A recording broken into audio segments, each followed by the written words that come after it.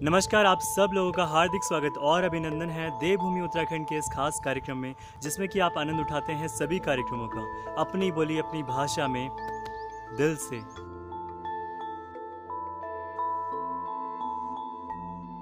इस वीडियो में हम जानेंगे केदारनाथ धाम के बारे में और उससे जुड़े इतिहास के बारे में।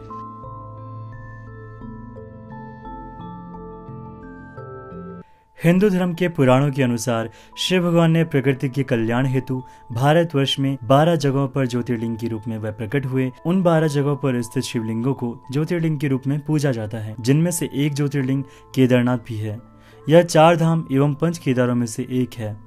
5 केदार में केदारनाथ, रुद्रनाथ, कल्पेश्वर, मध्येश्वर एवं तुंगनाथ इनमें शामिल हैं। केदारनाथ मंदिर भारत के उत्तराखंड राज्य के रुद्रप्रयाग जिले में स्थित है। उत्तराखंड में हिमालय पर्वत की गोद में स्थित केदारनाथ धाम के कपाट श्रद्धालुओं के लिए 6 माह के लिए खुलते हैं और बाद में सर्दियों में भारी बर्फबारी के बाद यहाँ आने का रास्ता बंद हो जाता है। केदारनाथ धाम में हर साल लाखों की संख्या में श्रद्धालु आते हैं। इस धाम के प्रति लोगों की अटूट श्रद्धा और विश्वास है। केदारनाथ धाम मंदिर तीनों तरफ से पहाड़ों से घिरा है। एक तरफ 22,000 फुट ऊंचा केदारनाथ पर्वत है तो दूसरी तरफ 21,600 फुट ऊंचा खर्चकुंड और तीसरी तरफ है 22,000 फुट ऊंचा भरतकुंड। न सिर्फ 3 पर्वत बल्कि 5 नदियों का संगम भी यहाँ पर माना जाता है, जिनमें की 5 नदियाँ मंदाकिनी, मधुगंगा, क्षीरगंगा, सरस्वती और स्वर्णगौरी इनमें शामिल हैं। इन नदियों में से कुछ को काल्पनिक माना जाता है। इस इलाके में मंदाकिनी ही साफ तौर पर दिखाई देती है। मंदाकिनी नदी का उद्गम स्थान चोरीबारी ग्लेशियर का कुंड है। मंदाकिनी के पास ही केदारनाथ मंदिर का निर्माण करवाया गया था। केदारनाथ मंदिर के निर्माण को लेकर कई बातें कही गई। इसे 1000 वर्ष से भी ज्यादा पुराना माना जाता है। यह भी कहा जाता है कि इस मंदिर का निर्माण पांडवों के वंशज जन्मेजय द्वारा करवाया गया था। ग्वालियर से मिली राजा भोज की स्तुति के अनुसार 10वीं शताब्दी में मालवा के राजा भोज ने केदारनाथ मंदिर को बनवाया था। एक प्रचलित मान्यता के अनुसार मंदिर का जीर्णोद्धार जगत गुरु आदि शंकराचार्य ने 8वीं शताब्दी में करवाया था। 32 वर्ष की आयु में सन 820 ईस्वी में केदारनाथ के समीप उनकी मृत्यु हुई। मंदिर के पिछले भाग में जगत गुरु आदि शंकराचार्य जी की समाधि भी है। केदारनाथ मंदिर को लेकर 2 कथाएं प्रसिद्ध हैं। पहली कहानी के अनुसार केदार के शिखर पर भगवान विष्णु के अवतार महातपस्वी नर और नारायण ऋषि यहाँ पर तपस्या करते थे। उनकी आराधना से खुश होकर भगवान शिव ने उन्हें दर्शन दिए और उनकी प्रार्थना के अनुसार ज्योतिर्लिंग के रूप में उसी स्थान पर सदावास करने का वचन दिया। दूसरी कहानी के अनुसार माना जाता है कि महाभारत के युद्ध को जीतने के बाद पांडवों पर भ्रातृ हत्या का पाप यानी कि परिवार के सदस्यों की हत्या का पाप लगा, जिसकी वजह से पांडव इस पाप से मुक्त होना चाहते थे और भगवान शिव का आशीर्वाद पाना चाहते थे। भगवान शिव पांडवों के इस भ्रातृ हत्या से नाराज थे। भगवान शिव के दर्शन के लिए पांडव काशी गए, पर उन्हें भगवान शिव नहीं मिले। पांडव भगवान शिव को ढूंढते ढूंढते हिमालय तक आ पहुंचे। भगवान शिव पांडवों को दर्शन नहीं देना चाहते थे, इसलिए वे वहां से अंतर्ध्यान हुए और केदार जा बसे। दूसरी तरफ पांडव भी अपनी लगन के पक्के थे और भगवान शिव का पीछा करते करते वे भी केदार पहुंच गए। भगवान शिव ने तब बैल का रूप धारण किया और पशुओं के झुंड में जाकर मिल गए। पांडवों को इस बात का संदेह हो गया था। तभी भीम ने अपना विशालतम रूप धारण करके दोनों पहाड़ों पर अपने पैर फैला दिए। यह सब देखकर सभी गाय बैल तो भीम के पैर के नीचे से निकल गए, लेकिन शंकर जी के अवतरित बैल के रूप ने भीम के पैर के नीचे से जाने से वह तैयार नहीं हुए। भीम ने अपने बल से बैल को पकड़ा, लेकिन बैल धरती में समाने लगा। तब भीम ने बैल की पीठ का भाग पकड़ लिया। भगवान शंकर पांडवों की भक्ति और दृढ़ संकल्प को देखकर बहुत खुश हुए।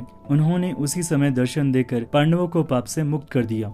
उसी समय से भगवान शिव बैल की पीठ की आकृति पिंड के रूप में श्री केदार धाम में पूजे जाते हैं। ऐसा भी माना जाता है कि जब भगवान शंकर बैल के रूप में अंतर्ध्यान हुए तो उनके धड़ के ऊपर का भाग काठमांडू में प्रकट हुआ। अब वहाँ पशुपतिनाथ का प्रसिद्ध मंदिर है। शिव की भुजाएं तुंगनाथ में, मुख रुद्रनाथ में, नाभि मध्येश्वर में और जटा कल्पेश्वर में प्रकट हुई। इसलिए इन 4 स्थानों सहित श्री केदारनाथ को पंच केदार कहा जाता है।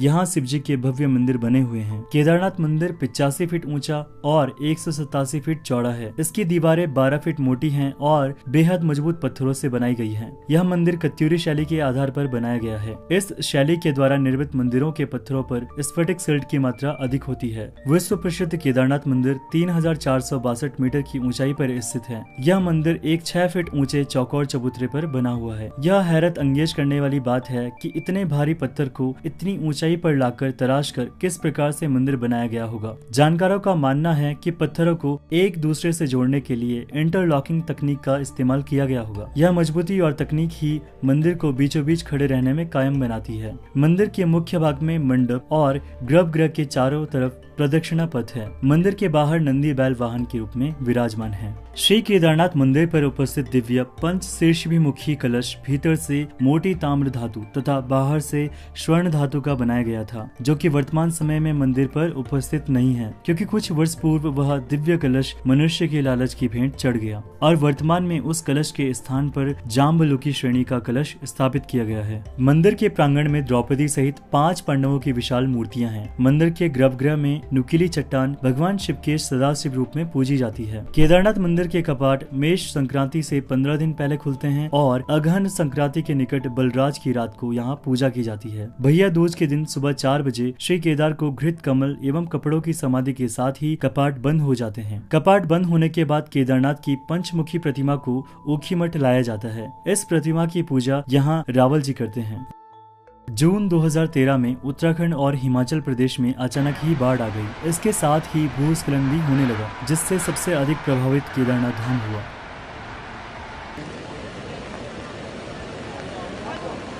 यह आपदा इतनी भयानक थी कि इसके आसपास बने होटल, धर्मशाला सब कुछ आपदा अपने साथ बहाकर ले गई, लेकिन इस ऐतिहासिक मंदिर का मुख्य हिस्सा और सदियों पुराना गुंबद सुरक्षित रहा। प्रलय के बाद भी मंदिर का उसी भव्यता के साथ खड़ा रहना किसी आश्चर्य से कम नहीं है। आज भी लोग इसे किसी चमत्कार से कम नहीं मानते। बाढ़ और भूस्खलन के बाद बड़ी बड़ी चट्टानें मंदिर के पास आने लगी और वहीं रुक गई, जो अभी तक जस की तस हैं। लेकिन उसी में से एक चट्टान भी आई जो मंदिर का कवच बन गई। इस चट्टान की वजह से मंदिर की एक ईंट को भी नुकसान नहीं पहुंचा, जिसके बाद इस चट्टान को भीमशिला का नाम दिया गया। यह चट्टान मंदिर परिक्रमा मार्ग के बिल्कुल पीछे है।